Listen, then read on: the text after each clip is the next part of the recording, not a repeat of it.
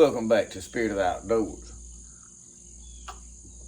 This morning I have got a knife. I already have the handle cut and the blade tempered. I'm going to show putting the handle on it, a little bit about wet forming the sheath, and that's all it'll be in this video. I'm not going to really do entire knife making videos because it'd be too long. But I've had several people inquire about how I wet form the sheaths. It's very simple. I don't really do a whole bunch of making things complicated because I done found that it's not necessary. So the way I got to this point, obviously I ground the knife. Once I got the knife ground, the blank ground out, I fit my handle on there, and then I drill my holes because it's a lot easier to drill it before I temper it. I don't have to worry about it because I really like to temper this blade on up this handle so that I clamp it, I can keep it a lot straighter in that it don't warp as bad. When I was trying to heat them up just to right here, well, at this narrow section, if you stop the heat treat right in there, it seems to warp right there a little bit. So just little tips that you learn. This one has got a lanyard hole and liners going in it. We're gonna show putting all that in. So every knife order, so just to be clear, every knife order, the basic knife is gonna come like this, and that is no liners. So I'm gonna show you today putting the liners in. This one's gonna have yellow liners, so I'm gonna move the camera and I'm gonna show you cleaning this blade up and get ready to glue all this together. So the first thing I do is I put a little bit of WD-40 on here, not a lot. I've got an old wore out 600 grit belt, or it may be 400, but it's wore out. So basically I just start wet sanding this, and it cleans a lot of that stuff off that comes with the fire and smooths everything up. You can see that black stuff coming off of that blade right there.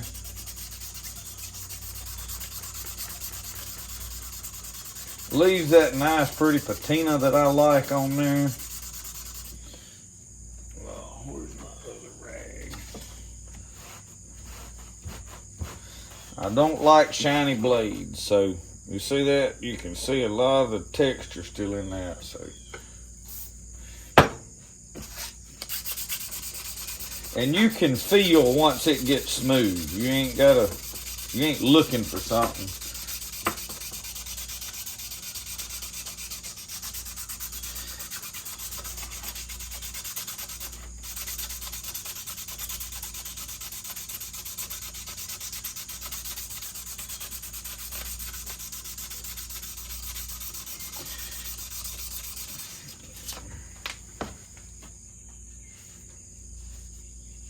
And I do sometimes a little more cleaning up after I get it out.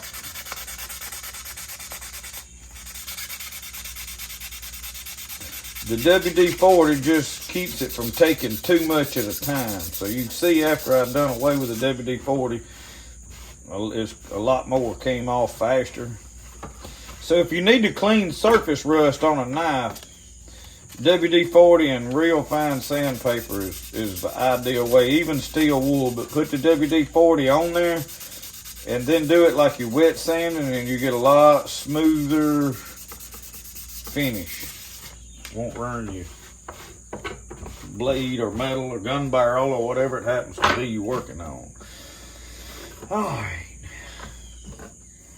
So what I do is I pin that and put it on my belt sander to round this off first. I've already done that.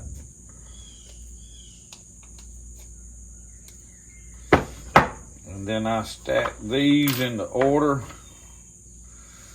in the way that they gotta go.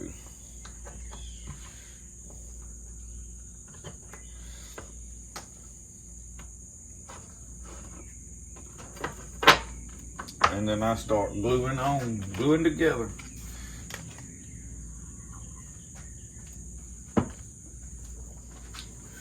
All right, I got my stick ready. I got this is DEFCON. I get it on Amazon. to me, it is better than the JB Weld you're going to buy at the Walmarts or Lowe's. I've used it, and now if you're wanting something to remain a little bit flexible, I would go with the JB Weld. This gets harder and holds better, in my opinion. Now, that is simply my opinion. And they like, you know what, everybody's got one, so. If you like something different, by all means, you use something different. If you like super glue, use super glue. If you like Gorilla Snot, you use a Gorilla Snot. It's good stuff too. Alright. I let it sit a second or two just to kind of blend it on. And sometimes I will mix this up and let it sit here just a second or two, or you know, like a minute, to let it start getting thick before I start applying it. But it is not necessary, and you don't have to put a lot on there. I always try to put plenty right up here around this front.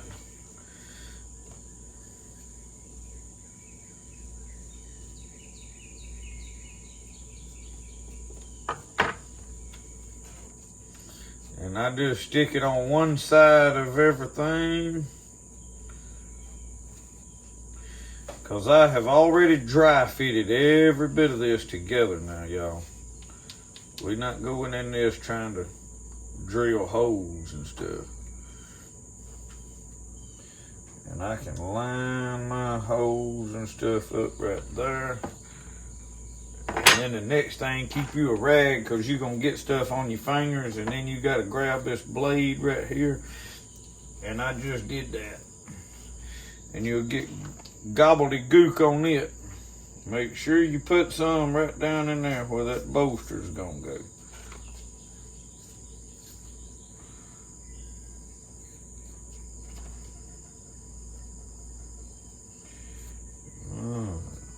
We got plenty of that there.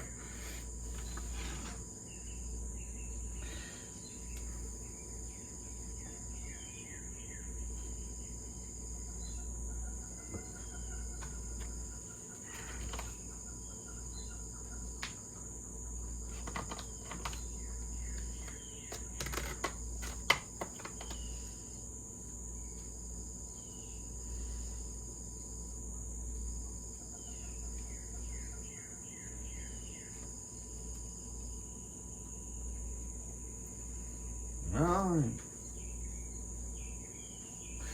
So normally what I do at this point, these liners can be a little tricky.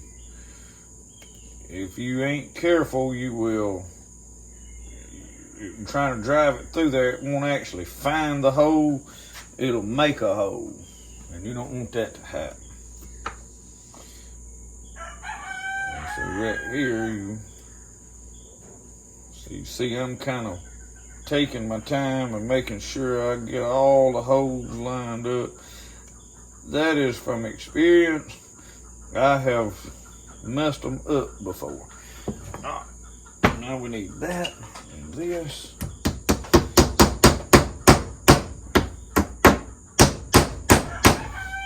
So that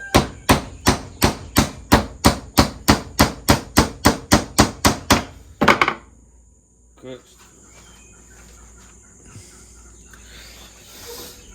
Now we'll clamp this in this vise and let it cure.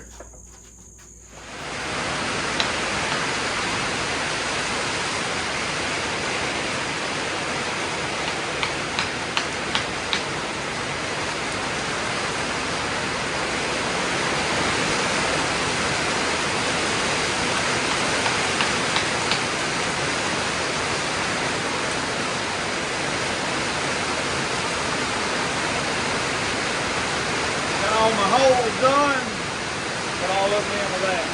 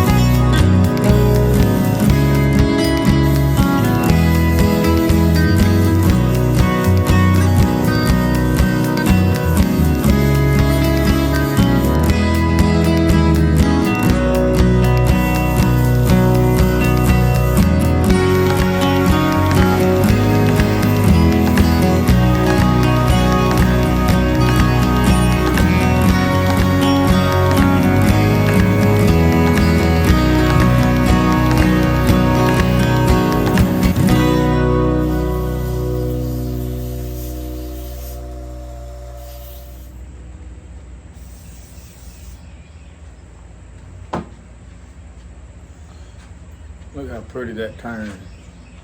Let me move y'all in here. Y'all can't see out of that light. Look at that. Trying to angle it in a light. So what I done, this is a real hard wood. I have personally discovered with a really hard wood like Osage, Purple Heart, Ligman Vita, Mulberry, these are the more densest woods I've personally worked with. Now they may be others out there I don't really know have a lot of experience with. But they're very dense, very hard woods. That WD-40 right there, you can squirt that on there and it's very thin, and it will, just look at that. I mean, just look. I mean, it really does a number on that wood. So, the next thing I am fixing to show you, I have not sharpened this knife yet. We may film some of that. I have not went into great detail in this build because I have been gone most of the day.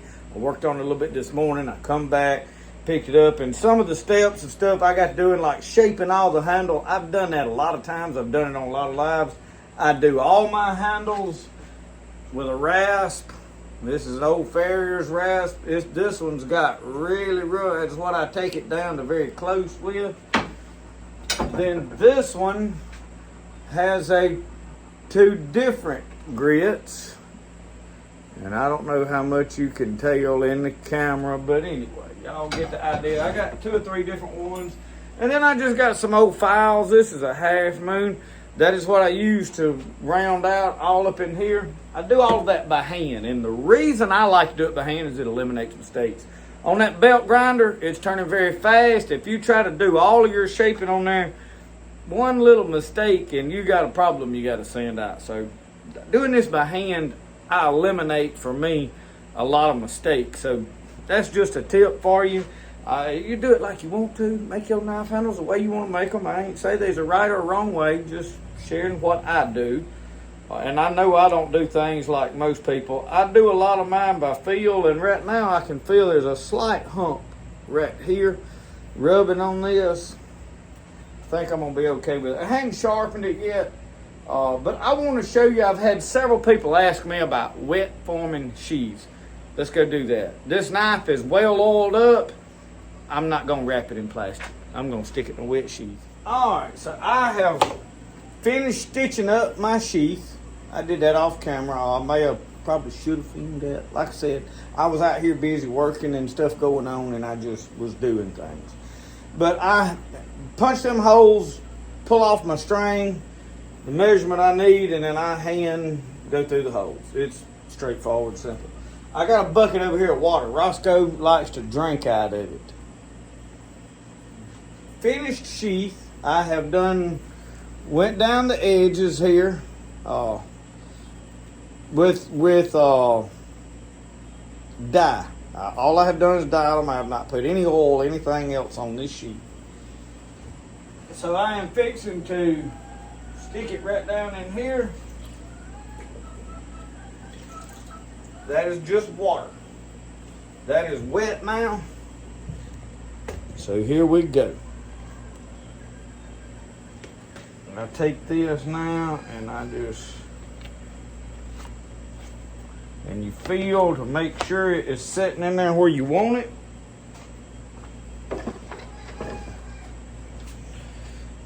Now this is a little old burnishing stick, and you see this one, most of them are real pointed. We've rounded the end of this one off till it suits my needs to the shape I like. And this is what I do. Let me turn the camera around. Now if I get my hands in the way, y'all, I apologize. But while that is wet, this is it. And so right here, I work around that sheath. And if you wet form this, now if you let this sheath get really wet, like you're out in the rain, or you, like I did the other day, I went diving for catfish and I wore one of my knives. if it gets sopping wet, this may move on you, you know. It may drop further down in there, whatever. But usually I push it down till it's all the way before I do this. So this is all there is to it, y'all. Somebody said, oh, won't that make that knife rust? And one said, yeah, but I mean, rust is not a problem. These are carbon steel blades. They're gonna rust. That is it.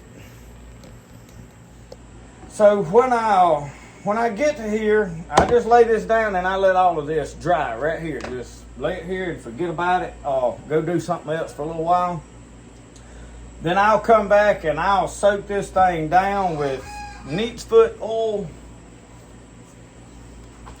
And when I've soaked all of it down with neat's foot oil, I'll probably go back over the knife handle with some stuff. And then I use the Rubidoux Creek wax.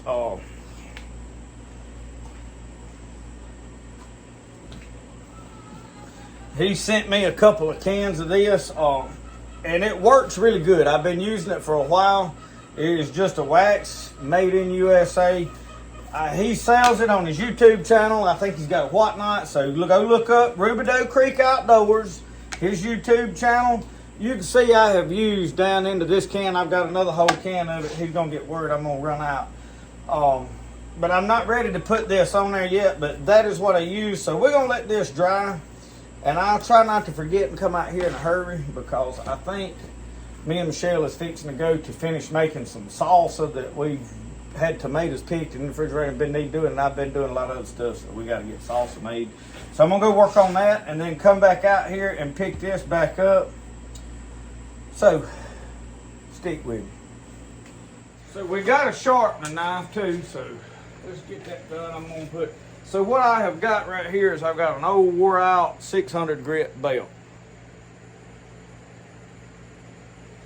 And this is old, and I don't even like these Hermes belts because they wad all up. I like the Sankyo, whatever it is. Because in my humidity, man, this is a nightmare.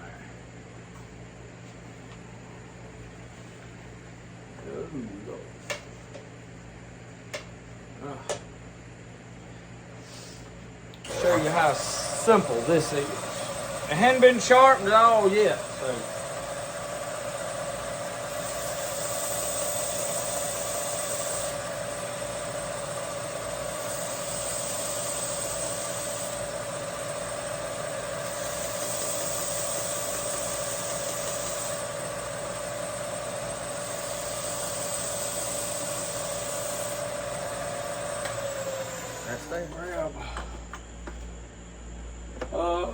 I got a couple of different rocks here. I think I'm gonna start with this one. I'm gonna wet it.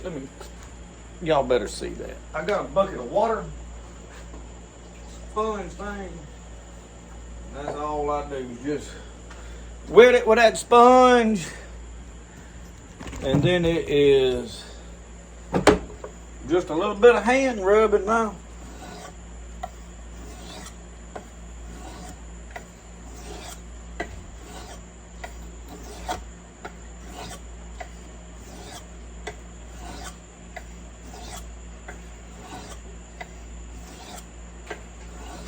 And you can just about feel on that rock when it's sharp. After you've done this a while, you knife guys will know this.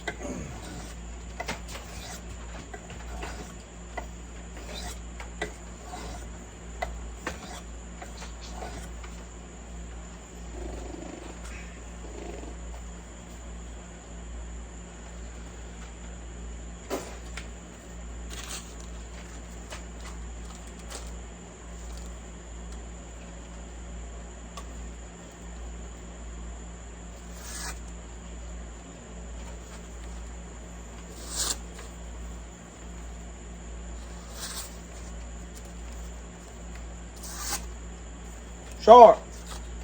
That's all it is.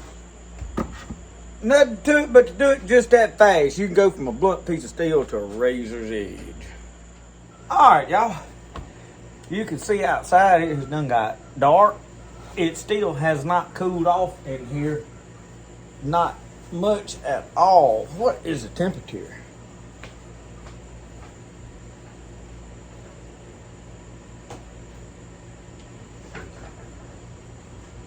It's 88 on that one.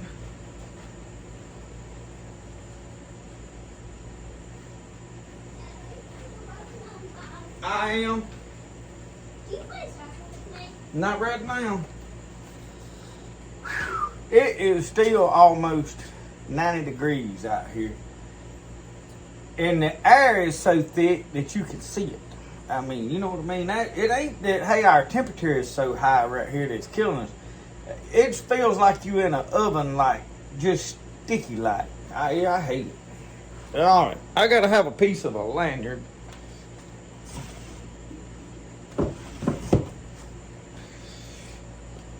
I have got just a little bit of lanyard material here.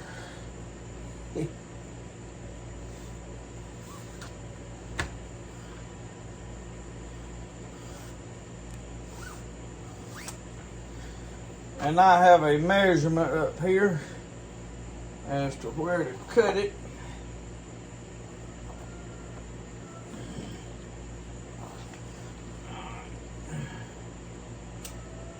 We're going to finish the rest of this video out in real time where I can talk quick, Carol. So I've been in there finishing making salsa. Michelle,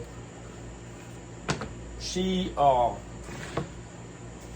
putting the salsa. We're going to put all the homestead and garden and all that kind of stuff on her channel. Even if I film it and I make the video, we're going to load that on her channel because the algorithm don't like me putting all that stuff on my channel. So you notice there's not been no gardening on my channel. So if you're interested in all the gardening and cooking and homesteading style stuff that we do here, you got to go to Southern Mud Pottery on the homestead. They can't see you right there, little buddy. He's desperately wanting to be on camera, I believe. What are you doing? Where's the barrel to that? Go get the barrel and let's fix that. He's got a gun that he's tore the barrel off of. So I am right now putting Rubidoux Creek wax on the knife blade. I showed y'all can't hold it. I'll try to get the link. He sent me a link to it. I'll try to put that in the description box. Y'all, anytime you're watching my videos, the Etsy store has a couple of knives on there that you can just buy and order right there. They're very simple. They don't have all the options and stuff that you can get if you message me or email me. But you can buy, but there's shirts on there, keychains, everything on the Etsy shop. So, anyway, all those links are always in the description of the videos. So, check that out. Y'all got to get your t-shirts, all that stuff. That is what helps me out the most. I know y'all like to watch and support and all, but if you're going to wear a t-shirt anyway, it might as well have a beautiful Spirit of the Outdoors logo on the front of it. You know what I mean, Burn? So, this is the lanyard length. You can put your hand through there and hold it and, you know, use all that stuff. But now what I always do, I don't like a big long lanyard flopping. So I tie it up in this extra knot just to shorten it. That way when you get ready to pull it out of the sheath, you just got this little tab that you can pull up and get a hold to it if you was in a bind. Now I can grab the knife and come right out of mine. This is my personal knife. I'm probably gonna do something with this knife for too long and build me a nerdin. I like this one, but you tote them a while, film videos with them a while, and then probably auction it off, sell it. I don't know, put it for sale. I may put it on Etsy shop one day. You never know. You might see this personal knife pop up on Etsy shop. So this is Prime Neat's Foot Oil. I don't know if y'all can still read that. The light. I got the light over here over the table now, So what I do first thing is I go in there and you see how that sheath is holding it's just sit out here and dried. So now I am really oiling it good. The oil will keep the dye in the sheath, waterproof it, keep it from being hard as a brick bat, all such as that. So that is what all this is for. And that knife, the inside of this sheath right in here, I put a lot in there. because that is rough and it will start sanding it. If you bought a knife from me and after a little while it starts rubbing raw right here and the finish looks like, just put oil there and oil in there is all you got to do. It ain't no, I mean, there's nothing to it. That's all that's got to happen. Just rub a little oil in both places and you'll be good to go. Did you find the barrel to that thing? I only found bats. What? Bats. Flying around outside? Yeah, I'm scared of them. Oh, don't be scared of bats. Them things are smaller than mouses. All right. So we got all of that in there. So really, pretty much right there, I am done with this. It'll sit out here like this tonight. I'll come back in the morning and go back over it, wipe it clean, and then I'll bag it up and get it ready to ship.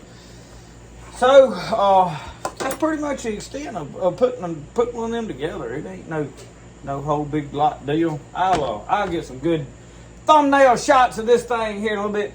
But look, thank y'all for watching Spirit of Outdoors. Remember, the best way to do things is the way you like to do it. We'll see y'all. Y'all have a good one.